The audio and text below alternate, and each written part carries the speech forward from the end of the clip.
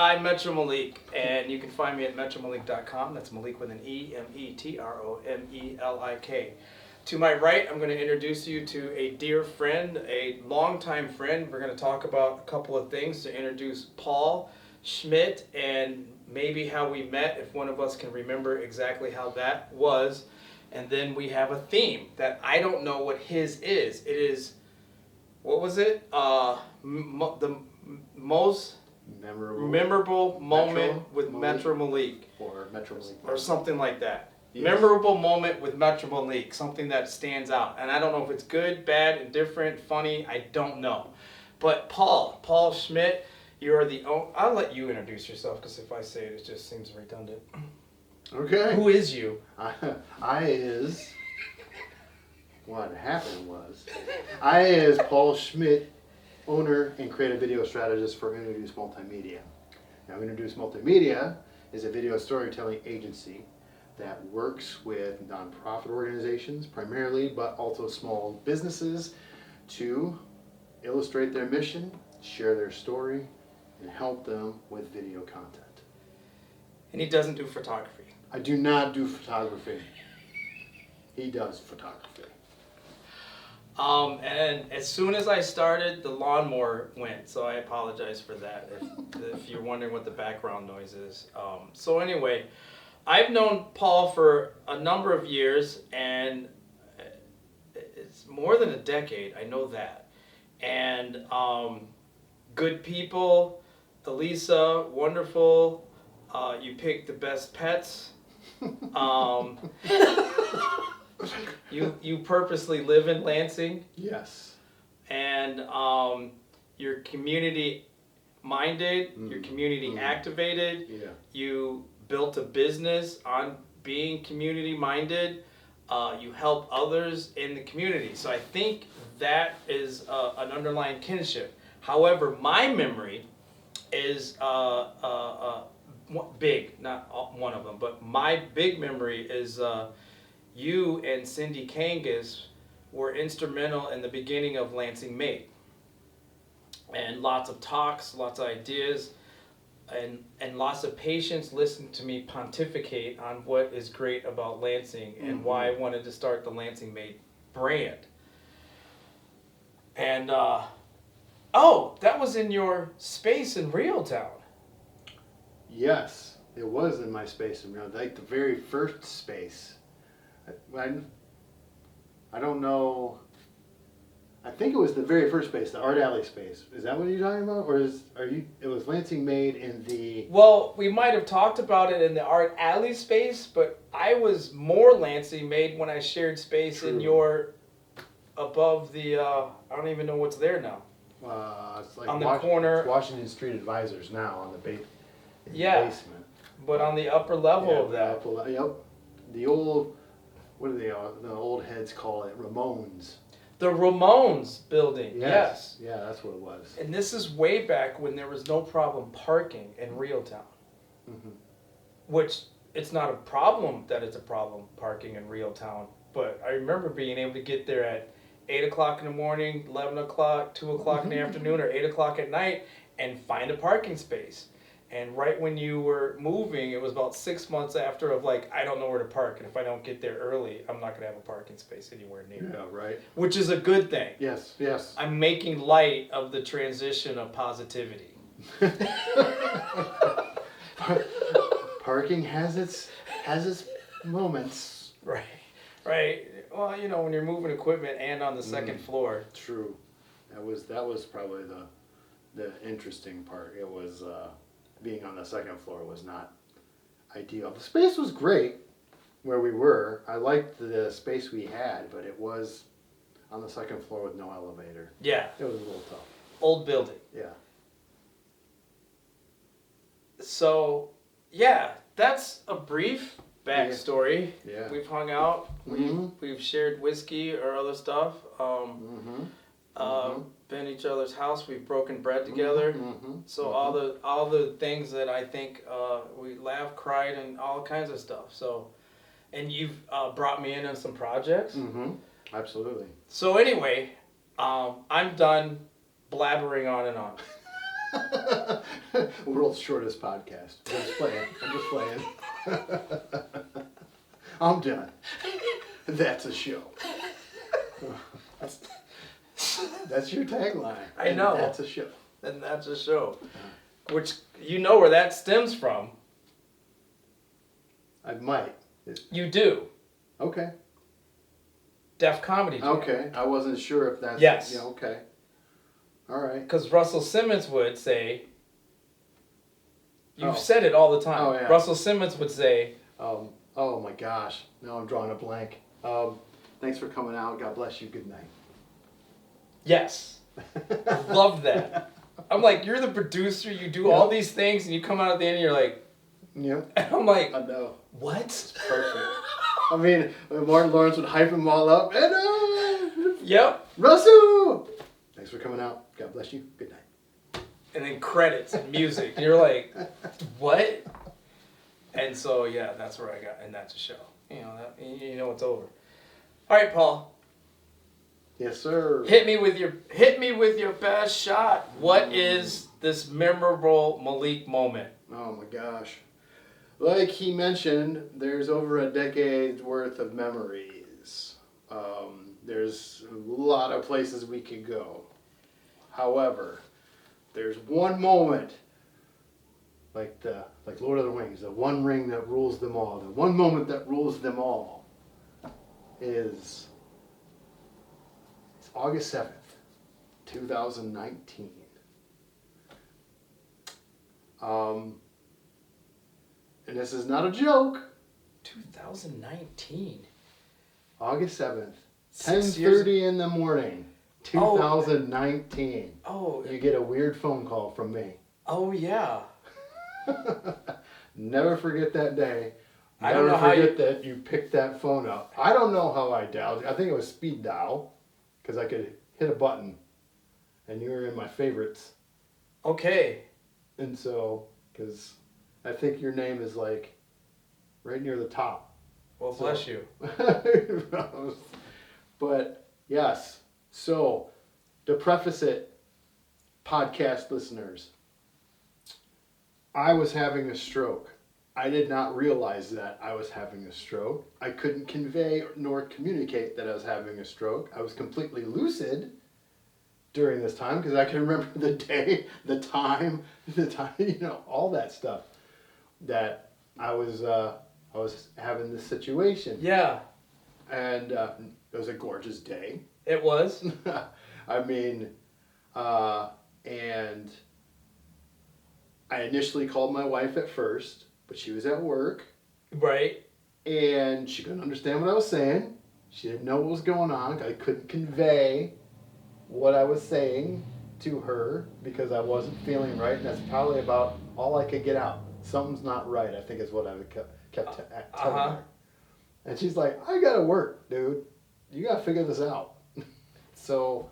It wasn't from not caring, it was Right. just from lack of knowing. Right. Yes, that's basically what it is. And she works at Hobby Lobby as a custom framer, and sometimes retail can be quite stressful, and that might have been what was going on there. And so, anyway, to make, as Malik would say, a long story longer, within a less than 30 minute span, I call Malik next, and he picks up, and I'm trying to explain it, and he's like, what? What's the matter? What are you trying to say? And Paul's like, I don't know. And I'm like, bro, I've known you for a long time. You're being weirder than normal. Yep. And then you said, do you remember telling me you needed me to come over? Yeah, I vaguely. So he goes, I need you to stop by. And I'm like, do what? I didn't plan that far ahead. Not only that, but it was an interesting moment because, like I said, I was at a moment where I felt like I was on a boat that was rocking, really, like, because I had no balance, couldn't do. It was weird to me because, like I said, I didn't feel sick. I wasn't in pain. I was not ill. I was not nauseous. Right. I was like, I don't know what the heck is going on. Words aren't working. My body's not Words working. aren't wording. Yeah, and so I was able to at least say to him, well, convince him. I don't know how, but like you said, Well, you're a good friend, and when a friend calls, I just was like looking for more context. And so 2019, 19. Raiden is 2. Yeah, 2 years old. So Raiden is 2 years old. I'm standing in the kitchen, Yeah. holding Raiden here, Mhm. and one phone is in one hand and Raiden is in the other hand. And I'm like, and I think he was hungry or had just eaten. Yeah. So adorable Raiden is just like, duh. And I'm like, duh. And I'm like, well, what do you need? Like, are you He's like, I don't know. Can you just come over? And I'm like, is it a whiskey thing? Is it a food thing? Is it a is it a tissue thing? So I'm going through my list. Like, a friend in need is a friend indeed. Yeah, right. So I'm going through my list. He's like, I don't know. And I'm like, all right, fine. I'll be over in a minute. Which is 2 minutes. Literally, I live 2 minutes from your house. Yep. It took me longer to get in the car than it did to drive to your house. Because you got to buckle Right in it. But what I did is I had a duffel bag. Yeah. I don't know did you know about the duffel bag? No, I heard about that much Afterwards. later. Yeah. So I got a duffel bag. I found some facial tissues for crying. I found some whiskey for, I guess, crying or laughing or whatever. And I found some food, some snacks. And then I found some food for both our phones went off. I found some food for Raiden because I didn't know how long I would be. So I got food. I don't know if he was in diapers at the time, but I got necessary things for Raiden. Mm-hmm. Necessary things for whatever the emotions that whatever you were going through. Yeah. And I looked at the clock and I'm like, I don't think I have anything pertinent. I guess I've got nothing but time. Which was good. So I throw the duffel bag and the kid in the vehicle. Buckled the kid. Didn't throw the kid in the car. Buckled the kid into his car seat. Yeah. And I will admit something later, and show up at your house. And you're standing, and I'm like, is it unlocked? And you're like, I don't know. So I walk in, it was unlocked. Thank God. Well. Because I don't think I had a key at this time. Right. I don't think I have a key now because you changed locks. No. Not that I need one. It's not that I'm telling you I need a key. But at one point in time, we had keys to each other's house. But the house was unlocked. And you're standing there in the kitchen. You're on the phone. Mm-hmm. Which didn't confuse me anymore. I'm like, why do you need my help? And you're standing here on the phone, talking on the phone. Because to answer that question is because I'm trying to cancel meetings. Because I'm not well, but it's like, well, I need to tell people that I won't be able to be there. Which, that's a testament to Paul. He's completely having a stroke. His mind isn't there, but he's so respectful and gracious. He's like, look, kind of going through some things. I can't tell you what it is. We have a meeting later. I'm not going to be able to meet with you. I'll get a hold of you later. That's this guy. And that's just, it was like, because like I said, I'm completely, like mentally, I know what's going on. It's physically, I can't do. Oh, I didn't realize it. But you mentally knew what was going on even though you couldn't articulate it. Yeah. And then you couldn't do because you had a hard time. Because my balance was weird. Yeah. I was just like wobbling all over the place. Yeah. I couldn't, I was having, oh, I remember an image. It's like my dog who knows Malik. So that was not an issue. But my dog was just sitting there looking at me like, what is going on with you, man? Like, just completely. But dogs have that sense of, there's something wrong. Yeah. There is something wrong with you. So yeah, that was crazy. So I was watching, and I'm like, something is wrong. And I was listening to him talk, and I'm like, that's not a normal Paul cadence. Mm-hmm. And then you were on the phone with Ken Dale. Yeah, I was on the phone with Ken Dale. Which is another wonderful human being. who you surround yourself with wonderful human beings. So after you get off the phone, I'm like, all right, what's going on? You're like, I don't know. And I don't remember what answers you didn't know, but I was like, what's your birthday? You're like, okay. And I asked you like a few like questions. I think you knew what day it was. Mm-hmm. I think you knew what day it was, but you didn't know your birthday. I don't know if you knew your address. And I'm like, you're having a stroke. Mm-hmm. And then I go, where's your wallet? And you're like, it's Your words were,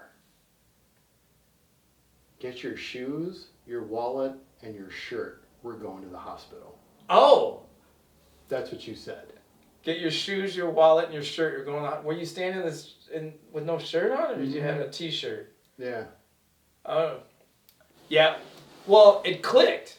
I said, this is a stroke. Yeah. Yeah.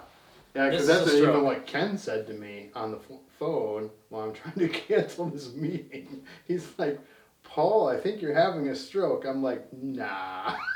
And Ken has some humor and sarcasm, but I think in this moment he might have been seriously Oh, he was serious serious. and joking, but serious.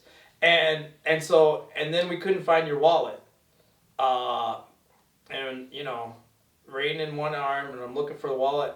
I am completely freaking out. Which you wouldn't know. While trying to maintain 98% calmness. Mm-hmm. Yeah. Completely. So I'm trying to get his direction of where the wallet could possibly be. Helpless. That part I don't remember.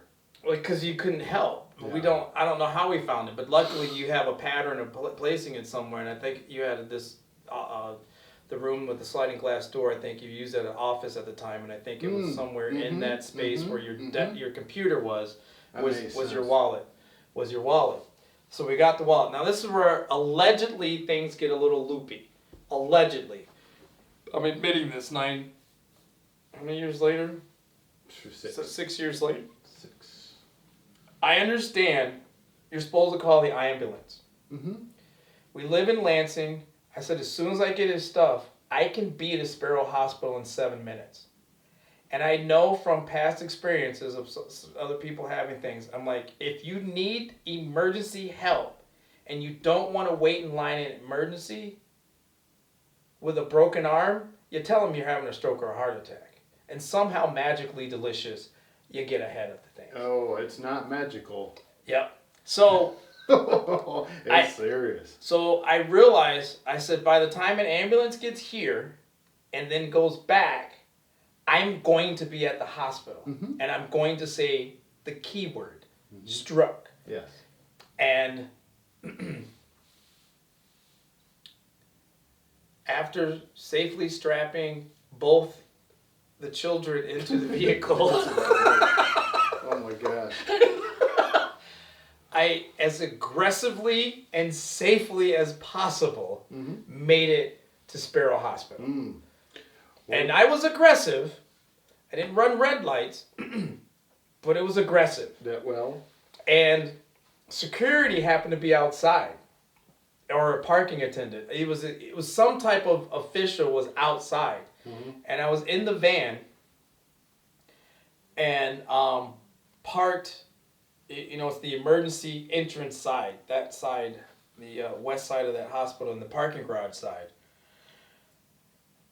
And park, open door, left key in it, turned it off, left key in it, rolled down window partway just in case it accidentally got locked, part way. And as I'm getting out and in the process of getting Raiden out and telling you to get out of the vehicle, I said to whoever was there, I said, my friend is having a stroke. These aren't questions. Yes. My friend is having a stroke. I'm leaving my car here now while I check him in. You can do with it whatever you want. I will be back. And he's all like getting ready to say something, and I walked away. Well, I mean, absolutely. So I had made sure that all my stuff was out of my pockets. Raiden doesn't have anything. and we get to security. And I repeat, this is my friend. He's having a stroke. I need to check him in now, and then you can tell me what to do after. Mm-hmm. And the security guys, you still have to go through security. I go, I understand that. He's having a stroke. So there was somebody in front of us that was dilly-dallying, but they moved quickly. And then we got to the next station where you check in. Mm-hmm. His name is Paul Schmidt. He is having a stroke. I am here to drop him off. Then you can tell me what you need to do. And they were like, okay. So they, got him in and stuff like this. Now, I don't remember if you remember this part. This part cracked me up. Is it about Raiden. Is it about Raiden? Yeah, what are you going to say? I was going to say, Lisa, let me hear Raiden thing first. So we're in the waiting room. We had to wait a little bit. And I think I took the whole car seat. That's what it was. I had the whole car seat. And I had Raiden next to me in the car seat. I think you were, I don't know where you were. I was in a wheelchair. Oh, you were. Yeah. So that's what we weren't near. And I look to my left, and Raiden's rubbernecking. I'm like, we're in a hospital. There's no like toys and kid stuff. And Raiden's just stoically rubbernecking. And I'm like, what is... And so I kind of go down like this, and I look at his eye line. There's a woman, a cute young co-ed, on the other side of the seats, grinning and waving and smiling at him. And I look at my 2-year-old, and I'm like, this mother. Don't you know this is an emergency? I'm like, you 2 years old picking up chicks in the emergency room. That's so funny. I do remember that. I do remember you mentioning that before. Yeah. And she's just a...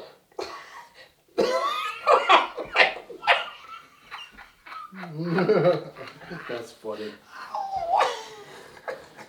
All right, Elisa. Yes. Oh, well, that was the funny thing is like he said that I couldn't come up with simple things like my birth date. So I was asked the questions. I could answer yes or no really well, but that's not a limit, but it was very limited. Mm-hmm. So I was asked as like, are you married? I say yes. What's your wife name? I was like, she's an awesome person. That's all I could add. The nurse or the attendant or whatever, she's like, I bet she is. I was like, that's all I got. And that was the joke for the emergency room folks when she showed up. They're like, so, you're Miss Awesome Person. And Lisa's like, what? That's fantastic. But that's just a testament. I think of those kind of things when I think about people's true personalities. The subconscious takes over. And when you are in a situation, that realness comes out. And that's your essence. Mm-hmm.